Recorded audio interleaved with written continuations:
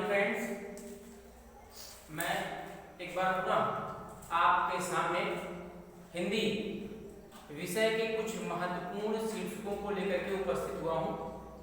और पिछले वीडियो में अभी तक आपने छंद के विषय में अध्ययन किया है, ठीक है। तो आज उसी कड़ी में आगे कंटिन्यू करूंगा मैं। और आज भी हमारा जो टॉपिक है वो है छंद, और छंद में मैंने आपको मातृ छंद के विषय में बताया है। और मातृ छंद में अभी तक मैंने आपको दोहा, सोरठा, चौपाई आदि छंदों को बताया है, ठीक है। अब आगे मैं आपको बरवे छंद के विषय में अध्ययन कराऊंगा, ठीक है। हमारा जो आज का टॉपिक है वो है बरवे छंद। और बरवे छंद भी किस प्रकार का छंद है? बरवे छंद एक अर्धसमात्रिक छंद। कैसा छंद है? एक अर्धसमात्रिक छंद, अर्थात इसमें भी 4 चरण होते हैं। बरवे छंद में 4 चरण होते हैं। इसके पहले और तीसरे अर्थात विषम चरणों में 12-12 मात्राएं होती हैं, जबकि दूसरे और चौथे अर्थात सम चरणों में 7-7 मात्राएं होती हैं, ठीक है। और इसके प्रत्येक पंक्ति में 19-19 मात्राएं होती हैं, ठीक। तो वही चीज जो मैंने अभी आपके सामने आपके सम्मुख मैंने प्रकट किया मौखिक रूप से, उसी को यहां पर मैंने एक्सप्लेन किया है। देखिए, बरवे छंद, बरवे एक अर्ध सममात्रिक छंद, ठीक। मैंने आपको क्या बताया कि बरवे एक अर्ध सममात्रिक छंद है। इसमें 4 चरण होते हैं, ठीक है। बरवे किस प्रकार का छंद है? बरवे एक अर्ध सममात्रिक छंद। यहां ध्यान देंगे, बरवे एक अर्ध सममात्रिक छंद है और इसमें 4 चरण होते हैं। कितने? इसमें 4 चरण होते हैं। इसके पहले और तीसरे अर्थात विषम चरणों में, इसके पहले और तीसरे अर्थात विषम चरणों में 12-12 मात्राएं, जबकि दूसरे एवं चौथे अर्थात सम चरणों में 7-7 मात्राएं होती, ठीक। हमने क्या बताया आपको कि बरवे एक अर्धसमात्रिक छंद है। इसमें 4 चरण होते हैं, ठीक। इसके पहले और तीसरे अर्थात विषम चरणों में 12-12 मात्राएं, जबकि दूसरे और चौथे अर्थात सम चरणों में 7-7 मात्राएं होती हैं, ठीक। और हमने कहा था कि बरवे एक मात्रिक छंद है, ठीक है। तो इसकी गणना किस आधार पर होगी? हाँ, मात्राओं के आधार पर, ठीक। इसकी भी गणना मात्राओं के आधार पर, अर्थात इसके पहले और तीसरे में हमको 12-12 मात्राओं को सिद्ध करना है और दूसरे और चौथे चरण में 7-7 मात्राएं होनी चाहिए, क्लियर। अब हमने आपके सामने यहां पर एक, ठीक है, हमने आपके सामने यहां पर एक जो है छंद सृजित किया है, लिखा है कि तुलसी राम नाम सम, तुलसी राम नाम सम। ये आपका यज्ञ है, क्योंकि आपने देखा है कि प्रत्येक में 12 मात्रा होती है। 12 पे आपका यदि होगा, अगला 7 होगा, ठीक। तो इसमें पहला चरण यहां से यहां तक, दूसरा ये हो गया, तीसरा यहां से लेकर यहां तक और चौथा ये। तो हमारा एग्जांपल है तुलसी राम नाम सम मीत न आन। तुलसी राम नाम सम मीत न आन, जो पहुंचाव रामपुर तम अवसान, क्लियर। तुलसी राम नाम सम मीत न आन, जो पहुंचाव रामपुर तम अवसान, ठीक। अब आपके सामने हमने ये कह दिया कि ये जो पंक्तियां हैं, ये जो चरण हैं, ये जो पद हैं, वो बरवे छंद के, वो बरवे छंद के हैं। लेकिन अब आपके मन में जिज्ञासा उत्पन्न होगी कि इच्छा उत्पन्न होगी कि कैसे बरवे छंद है। तो मैंने आपको पहले बताया कि बरवे गणना मात्राओं के आधार पर की जाएगी। इसकी भी गणना मात्राओं के आधार पर की जाएगी। तो अब इसकी मात्राओं को हम लगाते हैं, ठीक। और हमने आपको पिछले वीडियो में मात्राओं को लगाने का तरीका बताया था कि किस प्रकार से मात्राएं लगाई जाती हैं, उसके कुछ रूल्स हैं, ठीक है। और सबसे प्रमुख रूल्स ये है कि यदि ह्रस्व की मात्रा होगी, ठीक है, चाहे वो आ ई उरी, ह्रस्व आ ई उरी कोई भी हो, तो यदि ह्रस्व की मात्रा होगी तो उसमें एक मात्रा होगी, उसकी काउंटिंग एक के रूप में होगी। और यदि किसी व्यंजन में, किसी वर्ण में दीर्घ की मात्रा होगी तो उसमें दो मात्रा की गणना होगी, गिनती दो की होगी, ठीक। तो अब आगे हम इन मात्राओं को लगा के ये बताने का, ये सिद्ध करने का प्रयास करेंगे कि प्रस्तुत पंक्तियां जो है वो बरवेश है, ठीक। आइए देखते हैं और ऐसी अपेक्षा और आशा भी करते हैं कि आपको अभी तक जो मैंने आपको दोहा, सोरठा, चौपाई आदि छंदों को पढ़ाया है, उस आधार पे आपको बहुत अच्छी तरीके से समझ में आ गया होगा कि मात्रा लगाते कैसे। और बहुत सारे बच्चे कमेंट भी करते हैं और कमेंट में, ठीक है, लाइक भी करते हैं, कमेंट भी करते हैं, शेयर करते हैं। और उनके कमेंट से पता चलता है कि मैं जो बता रहा हूं, जो मैं पढ़ा रहा हूं, लगभग अधिकांश बच्चे उसको अध्ययन कर रहे हैं और उसमें जो चीजें हैं, जो बातें हैं, वो मेरे साथ पर्सनली शेयर भी करते हैं, ठीक। तो आपको भी कोई दिक्कत, कोई समस्या होती है, अगर आप नए हैं, पहली बार वीडियो देख रहे हैं, तो आप भी इसको अध्ययन कर सकते हैं और कोई दिक्कत होने पर आप पूछ सकते हैं। तो आइए हम मात्राओं को देखते हैं कि तुलसी राम नाम सम, ठीक। तुलसी उ, ह्रस्व है, दीर्घ उ, देखिए तो ये आपका जो है ह्रस्व उ है, ठीक। एक नाम, एक, इसमें दो हो जाएगा, इधर लगा दे रहे हैं, देखिए, ठीक। राम दो, एक, नाम दो, एक, सम एक, एक। ये आपका पहला चरण होगा। और जब ये पहला चरण हो गया तो इसमें कितनी मात्राएं होनी चाहिए बच्चों, जरा बताइए। हाँ जी, हाँ, इसमें 12 मात्राएं होनी चाहिए, क्योंकि हमने आपको बताया कि पहले और तीसरे में, पहला ही तीसरा ही, इसमें 12 होना चाहिए। दूसरे और चौथे में कितनी होनी चाहिए? 7। यहाँ 12 दिया है और यहाँ देखिए संतरणों में 7 दिया है। तो अब इसको काउंटिंग करते हैं, ठीक। 1 2 2 4 2 6 1 7 7 2 9 9 1 10 10 1 11 12। क्लियर? आगे देखते हैं क्या अगले दूसरे चरण में 7 है, ठीक। तो देखिए 2 1 1 2 1, देखते हैं 2 1 3 1 4 4 2 6 1 7, ठीक है। पहले में 12 हो गई, दूसरे में 7 हो गई, तीसरे में भी 12 हो गई, चौथे में भी 7 होनी चाहिए। आइए इसमें देखते हैं जो, ठीक है, 2 हो गया, 1 1 2 1, रामपुर 2 1 1 1, 2 1 3 1 4 4 2 6 6 1 7 7 2 9 1 10 10 1 11 12, ठीक। अब देखिए पहले और तीसरे में कितनी मात्राएं होंगी? 12 और 12 मात्राएं होंगी। क्लियर?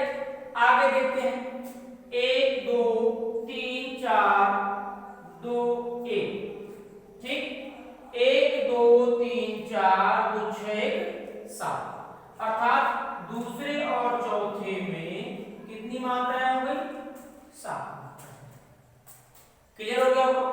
तो इस तरह से अब आप अगर देख रहे हो तो इस तरह से जो बरवचन की ये पंक्तियां, ये चरण दिए गए हैं, ये पूर्णतः बरवचन के नियम पर, ठीक है, खरी उतर रही है। क्योंकि इसका रूल ही है कि पहले और तीसरे में, देखिए पहले और तीसरे में 12 तो पहले और तीसरे में 12 ठीक।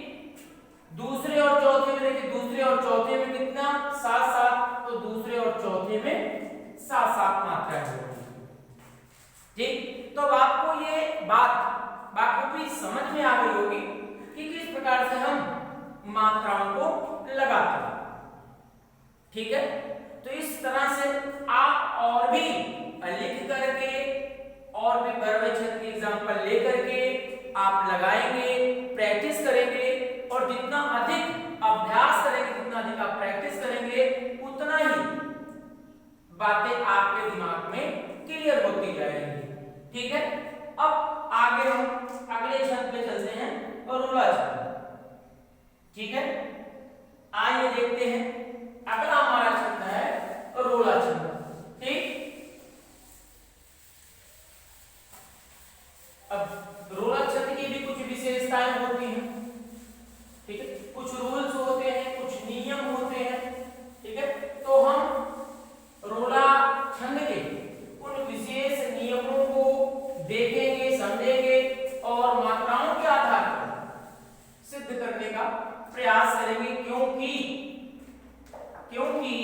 रोला भी एक मात्रिक छंद है। क्योंकि रोला भी एक मात्रिक छंद है। ठीक है, देखिए अगला हमारा टॉपिक है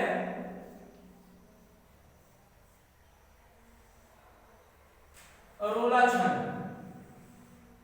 ठीक है, क्या है रोला छंद? रोला कैसा छंद है? रोला एक सममात्रिक छंद। रोला एक सममात्रिक छंद है। कौन सा छंद पढ़ रहे हैं? रोला। रोला कैसा है? रोला एक सममात्रिक छंद है। ठीक, रोला में भी 4 चरण होते हैं। ठीक है, रोला एक सममात्रिक छंद है और रोला में भी 4 चरण होते हैं, और इसके प्रत्येक चरण में किसके? रोला के प्रत्येक चरण में 24 मात्राएं होती हैं। ठीक, इसकी विशिष्टता यह है कि इसके प्रत्येक चरणों में 11 और 13 मात्राओं पर यति होती है। क्लियर हो?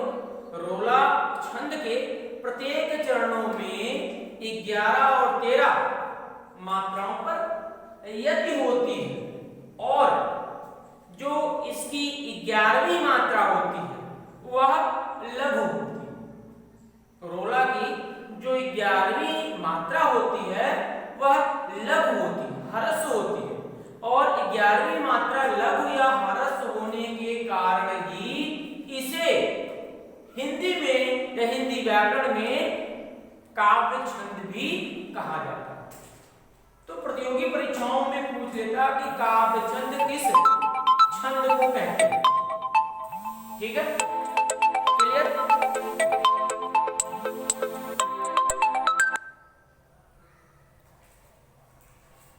क्लियर हो? तो इस तरह से किस छंद को काव्य छंद कहते हैं? तो रोला छंद को काव्य छंद कहते हैं। ठीक, आइए देखते हैं कैसे।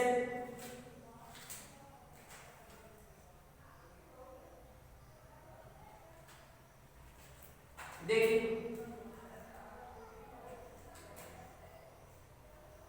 रोला एक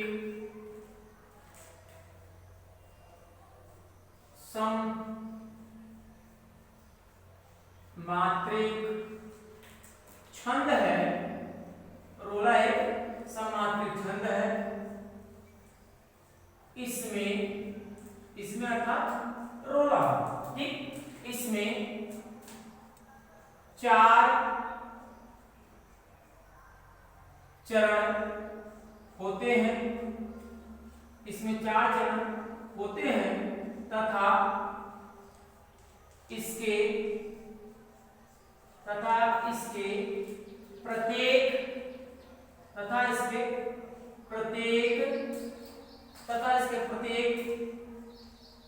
चरणों में तथा इसके प्रत्येक चरणों में 24 मात्राएं होती हैं। कितनी 24 मात्राएं होती हैं। क्लियर?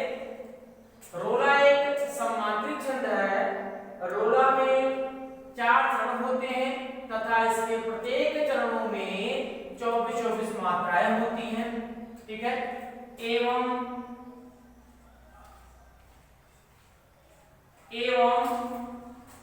इसके प्रत्येक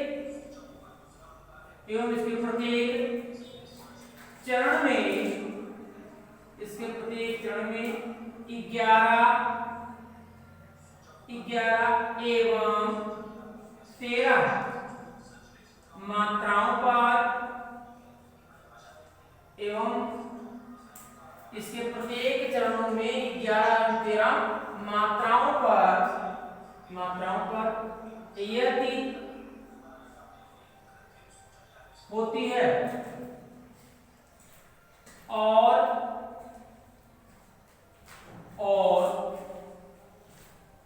इसका 11वां वर्ण इसका 11वां वर्ण लघु मात्रा वाला होता है।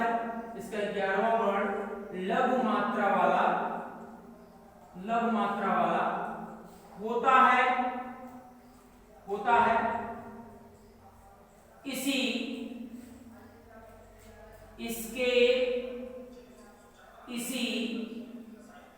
विशेषता के कारण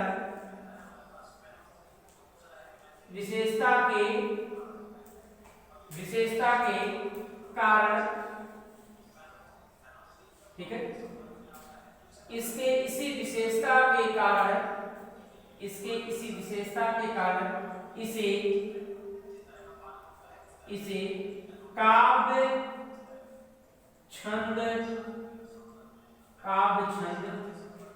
कहा जाता है।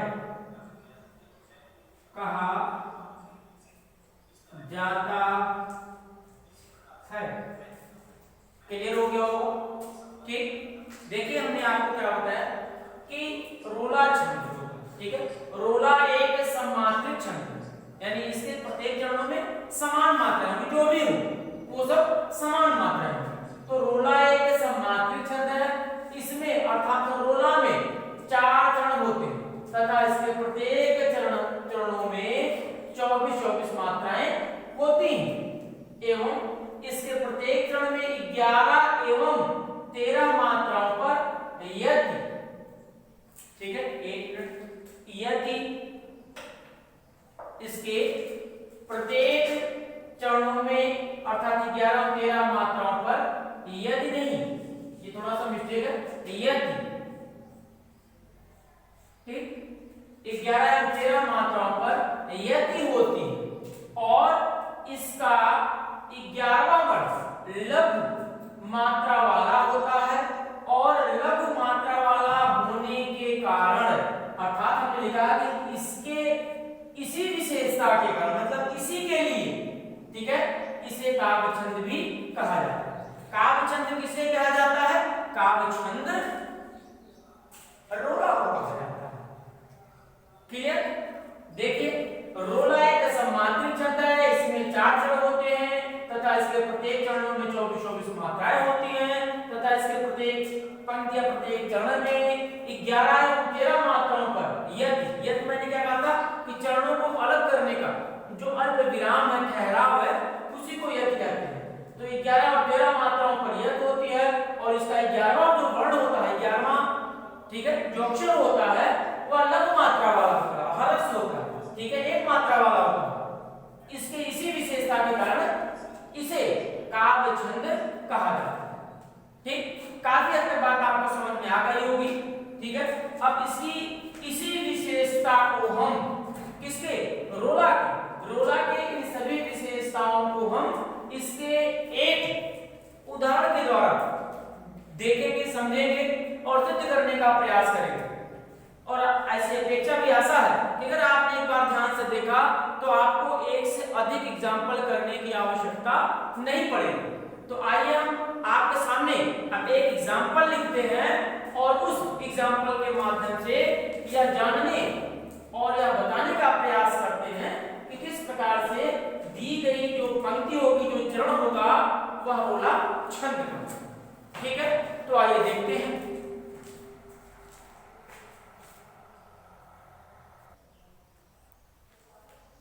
तो ये आपके सामने रोला छंद का एग्जाम्पल है। ठीक है, आपने रोला छंद की परिभाषा को पढ़ा, तो उसके अंतर्गत, ठीक है, आपके सामने रोला छंद का एग्जाम्पल जो है, अब इस एग्जाम्पल के माध्यम से हम रोला छंद की डिफिनेशन को सिद्ध करने का प्रयास करेंगे। ठीक है, कि किस तरह से रोला एक सममात्रिक छंद है, इसमें 4 चरण होते हैं और इसके प्रत्येक चरण में 24-24 मात्राएं होती हैं तथा प्रत्येक चरण की 11 और 13 मात्राओं पर यति होती है और प्रत्येक चरण का जो 11वां वर्ण होता है वह लघु होता है, जिसके कारण इसे काव्य छंद कहा जाता है। ठीक, तो आइए देखते हैं। है दावा यह नियम, देखिए क्या लिखा है, है दावा यह नियम।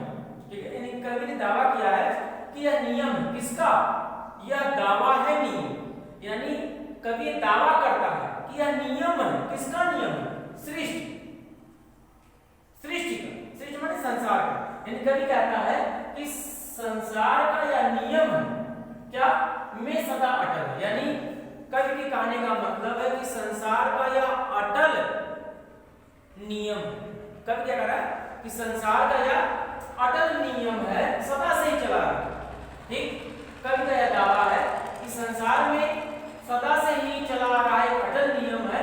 कौन सा नियम, रह सकता है वही सुरक्षित, यानी इस संसार में वही व्यक्ति सुरक्षित रह सकता है, रह सकता है वही सुरक्षित, यानी इस संसार में वही व्यक्ति सुरक्षित रह सकता है जिसमें बल है। ठीक है, इस संसार में वही व्यक्ति सुरक्षित रह सकता है जिसमें बल है, निर्बल का है नहीं जगत में कहीं ठिकाना, अर्थात जो कमजोर है, जो निर्बल है, ठीक है, उनका इस संसार में कोई ठिकाना नहीं है। ठीक, रक्षा साधक उसे प्राप्त हो चाहे ना, यानी उस निर्बल व्यक्ति को इस संसार में कितने भी सुरक्षा के संसाधन प्राप्त हो या मिल जाए तब भी, ठीक है, वह व्यक्ति सुरक्षित नहीं। क्लियर हुआ? तो कवि के कहने का मतलब है कि इस संसार में सदा से ही एक अटल नियम चला आ रहा है कि इस संसार में वही व्यक्ति सुरक्षित होगा जिसमें बल है, और जो निर्बल है उसका इस संसार में कहीं ठिकाना नहीं है। अगर आप निर्बल व्यक्ति को किसी भी प्रकार की कोई सुरक्षा भी प्रदान कर देंगे तब भी वह व्यक्ति अपनी सुरक्षा करने में असमर्थ साबित है। ये तो हो गया इन पंक्तियों का अर्थ या भावार्थ कह सकते हैं, भाव है। ठीक, लेकिन यहां हम बात कर रहे हैं रोला छंद की। क्या इन पंक्तियों में रोला छंद के लक्षण हैं, गुण हैं? तो देखते हैं। ठीक, कि रोला एक सम्मानित छंद है, अर्थात सभी पंक्तियों में, चारों पंक्तियों में, चारों चरणों में प्रत्येक पंक्ति में कितना 24-24 मात्राएं होनी चाहिए। ठीक है, प्रत्येक पंक्ति में कितनी मात्राएं होनी चाहिए, प्रत्येक पंक्ति में 24-24 मात्राएं। मैंने आपको बताया कि रोला एक सम्मानित छंद है। ठीक, इसमें 4 चरण होते हैं, उसके प्रत्येक चरणों में 24-24 मात्राएं होती हैं, 11 और 13 मात्राओं पर यति होती है। इसका जो 11वां वर्ण होता है वह लघु होता है, जिसके कारण रोला छंद को काव्य छंद कहते हैं। ठीक, तो ध्यान से इसकी मात्राओं को हम लगाते हैं। देखिए, 2 2 2 2 क्यों लगा रहे हैं? क्योंकि दीर्घ स्वर की जिसमें भी मात्रा लगी होगी, जिस वर्ण या व्यंजन में लगी होगी, उस पे 2 को डिनोट करेंगे। ये 2 का सिंबल है और इसकी गणना 2 के रूप में करते हैं। ठीक, तो 2 2 2 1 1 नियम भरस्वरी है, 1 1 1। ठीक, देखते हैं, 2 2 4 2 6 1 7 1 8 9 1 10 1 11 मात्रा पर देखिए यति लगती है। हमने आपको बताया था कि 11 और 13 मात्रा पर क्या लगती है, यति लगती है। तो 2 2 4 2 6 2 8 2 10 1 11 मात्राओं पर यति हो गई। ठीक, आगे देखते हैं 1 2। अब यहाँ पे अगर आप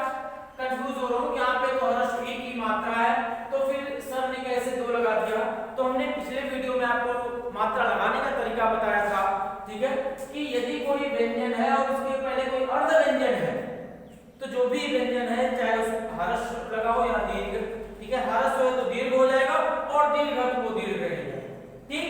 तो यहाँ 2 हो गया, यहाँ 2 1 2 1 1 1 और यहाँ देखिए 1 2 1 3 3 2 5 1 6 2 8 1 9 1 10 1 11 2 13, यानी 11 और 13 मात्राओं पर यदि होती है। रोला छंद के प्रत्येक चरण में 24 मात्राएं होती हैं और 11 और 13 मात्राओं पर यदि होती है। अब यहाँ 11 हमने सिद्ध किया था, यहाँ 13 सिद्ध किया था, तो 11 और 13 कितना होता है? 24 होता है। देखते हैं उसको, 2 2 4 2 6 1 7 1 8 1 9 1 10 1 11 1 12 12 2 14 2 16 1 17 17 2 19 20 21 22 और 22 और 2 24, ठीक।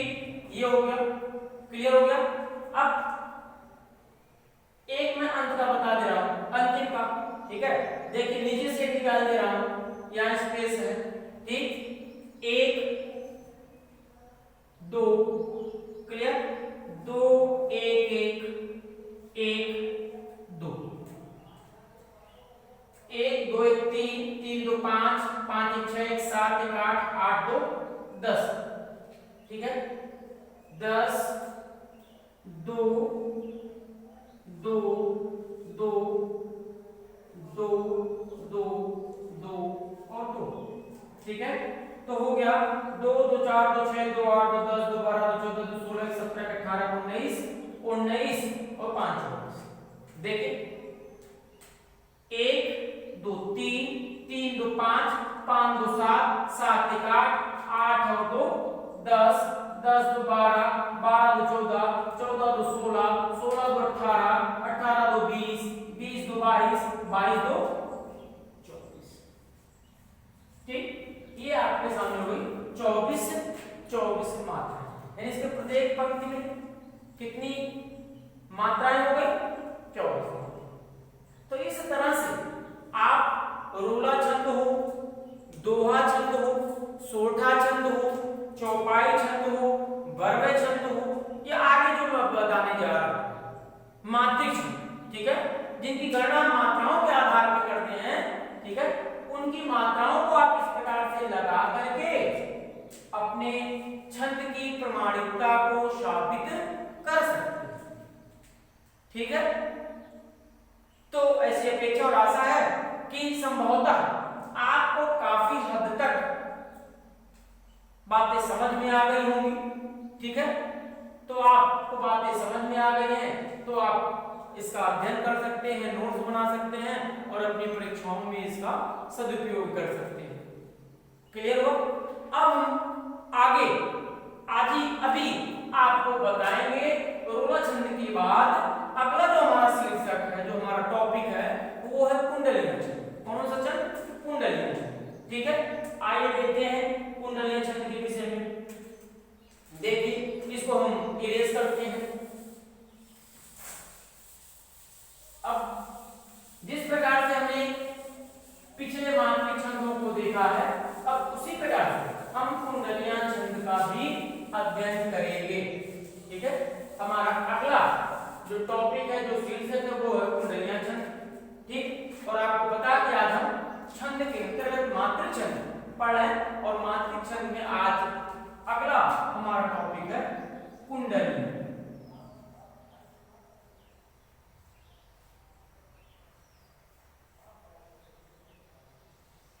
ठीक। कुंडलिनी क्लियर हो गया, ठीक है। कुंडलिनी छंद,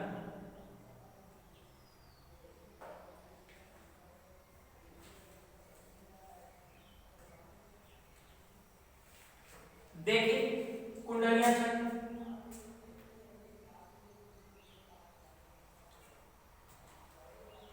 ठीक। आइए कुंडलिनी छंद है, ठीक है। कुंडलिनी छंद भी कैसा छंद है? मात्रिक छंद है, क्योंकि इसकी भी गणना किसकी? कुंडलिनी छंद की गणना। कुंडलिनी छंद की गणना हम मात्राओं के आधार पर करते हैं, ठीक है। तो कुंडलियां जो छंद है, कुंडलियां जो छंद है वह एक मात्रिक छंद है और कुंडलियां छंद में 6 चरण होते हैं। ठीक, कितने चरण होते हैं? 6 चरण होते हैं। ठीक, और कुंडलियां जो है, ये जो कुंडलियां छंद है ये 2 छंदों के मिलने से बना हुआ है। कुंडली कर मारना मतलब एक दूसरे में गुथा होना, कह सकते हैं एक साथ प्रयुक्त होना। ठीक है, तो कुंडलियां जो छंद है, कुंडलियां छंद हमारे जो अभी तक हमने अध्ययन किया उन्हीं 2 छंदों से ये मिलकर बना है। कुंडलियां छंद 2 छंदों से मिलकर बना हुआ है। किसी से जरा हम देख लेते हैं। कुंडलियां जो है वो आपका दोहा प्लस रोला, दोहा प्लस रोला मिलकर के क्या बनाते हैं? कुंडलियां छंद बनाते हैं। तो अब काफी हद तक आपको बातें क्लियर हो गई होंगी, है ना? जो कुंडलियां छंद है वो 2 छंदों से मिलकर के बना है और वो दोनों छंद कौन से हैं? पहला छंद दोहा है और दूसरा छंद रोला है। अब दोहा के विषय में आपने अध्ययन किया होगा कि दोहा एक अर्ध सममात्रिक छंद है। इसमें 4 चरण होते हैं। इसके पहले और 13 में, सॉरी पहले और तीसरे में अर्थात विषम चरणों में 13 मात्राएं और दूसरे और चौथे में 11 मात्राएं। और अभी थोड़ी देर पहले आपने रोला छंद पढ़ा कि रोला एक सममात्रिक छंद, इसमें 4 चरण होते हैं। इसके प्रत्येक चरणों में 24 मात्राएं होती हैं। ठीक, तो वो सारे गुण जो दोहे के हैं और जो रोले छंद के गुण हैं उनको मिलकर के ही, ठीक है, हमारा ये कुंडलियां छंद बना। इसके डिफिनेशन हम साथ में लिखते जाएंगे। ठीक है, आगे आपकी इच्छा। कुंडलियां एक, देखिए कुंडलियां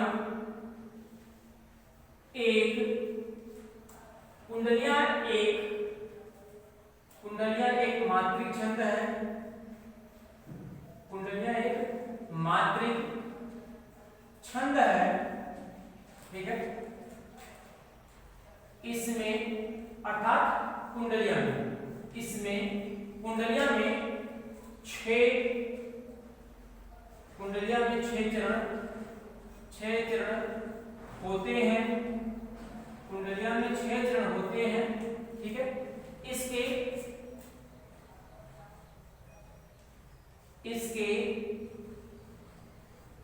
पहले 2 चरण,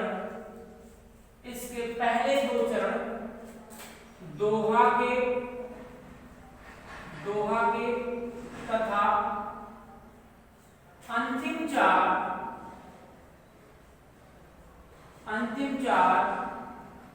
चरण रोला के होते हैं और इसके प्रत्येक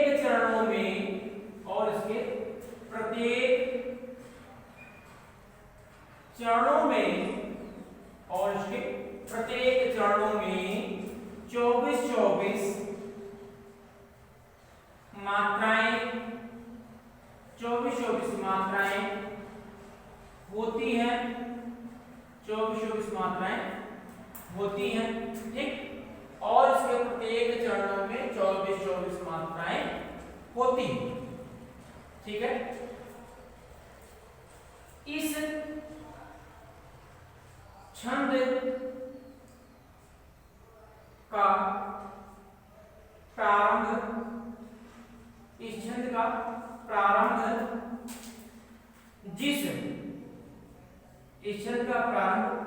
जिस शब्द से होता है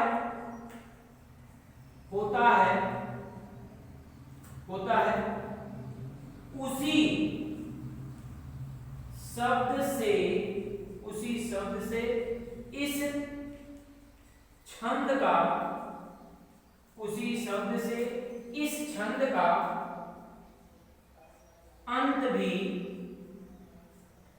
अंत भी होता है। ठीक, काफी हद तक बातें आपको समझ में आ गई होंगी। ठीक है, देखिए हमने आपको बताया कि कुंडलियां जो छंद है वो मात्रिक छंद है। ठीक है, और कुंडलियां जो छंद है वो किससे मिलकर बना है? दोहा और रोला से। क्लियर? दोहा प्लस रोला इक्वल टू कुंडली। क्लियर? अब इसकी डिफिनेशन क्या कहती है, इसकी परिभाषा क्या कहती है? ठीक है, देखिए कि कुंडलियां एक मात्रिक छंद है। क्लियर? कुंडलियां एक मात्रिक छंद है। इसमें अर्थात कुंडलियां छंद, इसमें 6 चरण होते हैं। कुंडलियां में 6 चरण, अभी तक 4 चरण आपने देखा था, लेकिन कुंडलियां पहला छंद ऐसा आपको मिला जिसमें 6 चरण है। इसमें 6 चरण होते हैं। इसके पहले 2 चरणों में, किसके? कुंडलियां छंद, इसके पहले 2 चरणों में, ठीक है, इसके पहले 2 चरणों में, इसके पहले 2 चरण, ठीक है, इसके पहले 2 चरण में दोहा के तथा अंतिम जो 4 चरण होते हैं, 2 और 4 6 होता है। तो कुंडलियां छंद के पहले 2 चरणों में दोहा के तथा अंतिम 4 चरणों में रोला छंद के लक्षण होते हैं, या इसके पहले 2 चरण दोहा के तथा अंतिम 4 चरण रोला के होते हैं। और इसके प्रत्येक चरण में कितनी मात्राएं होती हैं? 24 मात्राएं। यानी कुंडलियां में 6 चरण होते हैं और इसके प्रत्येक चरण में 24 मात्राएं होती हैं। और इस छंद की सबसे बड़ी विशेषता या सबसे बड़ी पहचान यह है कि इस छंद का प्रारंभ जिस शब्द से होता है, यानी इस छंद की शुरुआत जिस शब्द से होती है। कुंडलियां छंद की शुरुआत जिस शब्द से होती है उसी शब्द से इस छंद का अंत होता है। अर्थात उसी को मैंने लिखा है कि इस छंद का प्रारंभ, किस छंद का? कुंडलियां छंद। इस छंद का प्रारंभ जिस शब्द से होता है, अर्थात कह सकते हैं कि कुंडलियां छंद का प्रारंभ जिस शब्द से होता है उसी शब्द से कुंडलियां छंद का अंत भी होता है। अर्थात इसका प्रथम शब्द और अंतिम शब्द बिल्कुल एक ही होता है।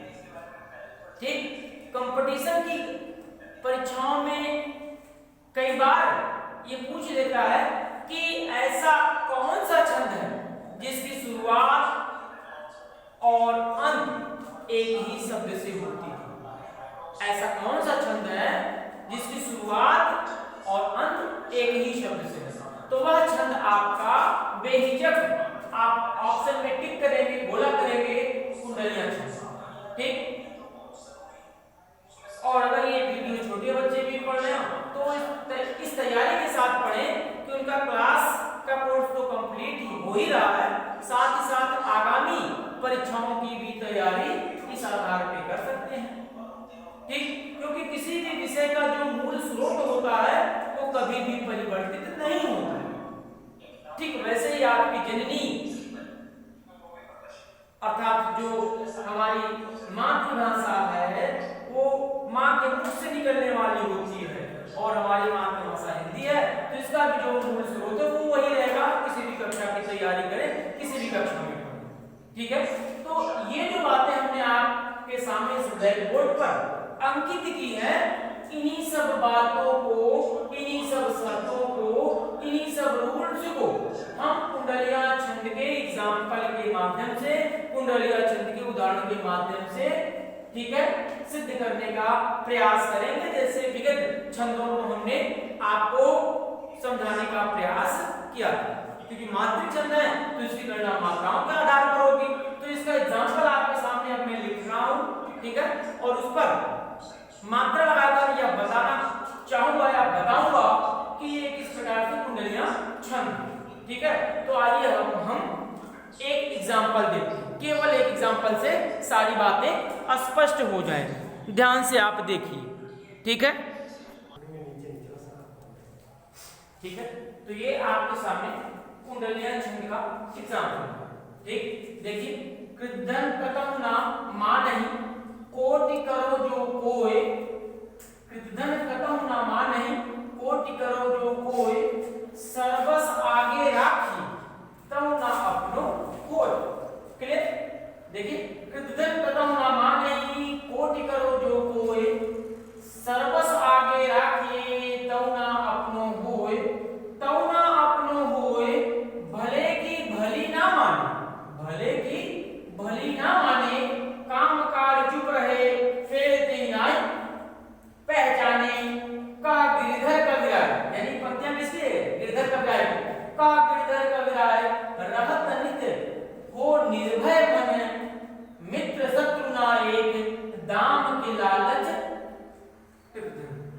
ठीक। तो मैंने आपको इसकी जो डिफिनेशन बताया था कि कुंडलियां जो छंद है वो दोहा और रोला छंदों से मिलकर बने हैं, अर्थात दोहा प्लस रोला बराबर कुंडलियां।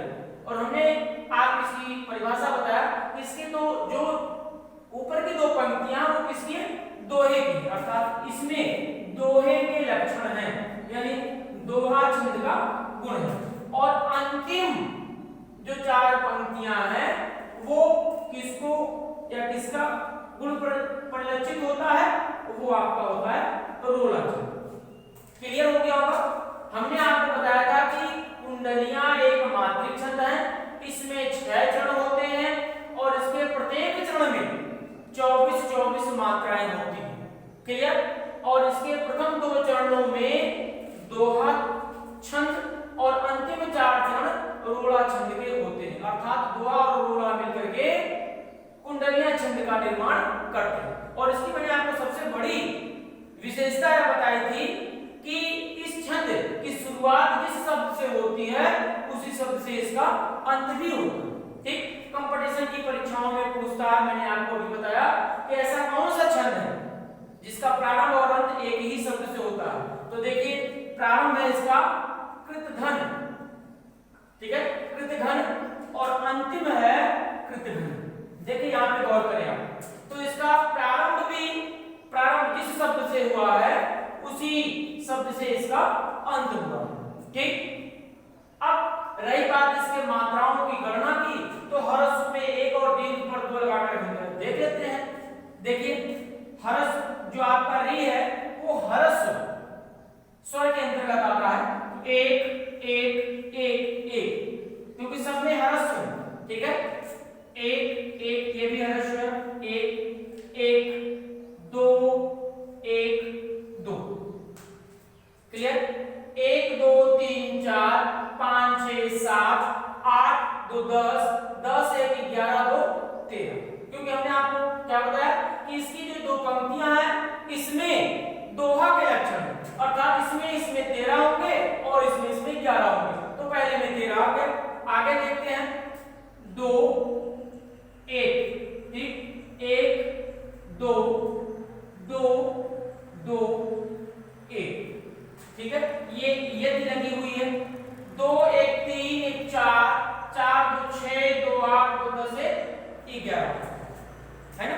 तो आपने क्या देखा कि आपका जो दोहा छंद होता है, ठीक है, उसके पहले और तीसरे में 13 13, दूसरे और चौथे में 11 होते हैं। तो इसमें अगर आप निकालेंगे मात्राओं के आधार पर ये दोहा हो, और इसको अगर आप निकालेंगे, ठीक, तो इसमें रोला के लक्षण है, अर्थात इसके प्रत्येक पंक्ति में 24 मात्राएं होती हैं। और हमने आपको ये भी बताया कि कुंडलियां में 6 चरण होते हैं और प्रत्येक चरण में 24 मात्राएं होती हैं।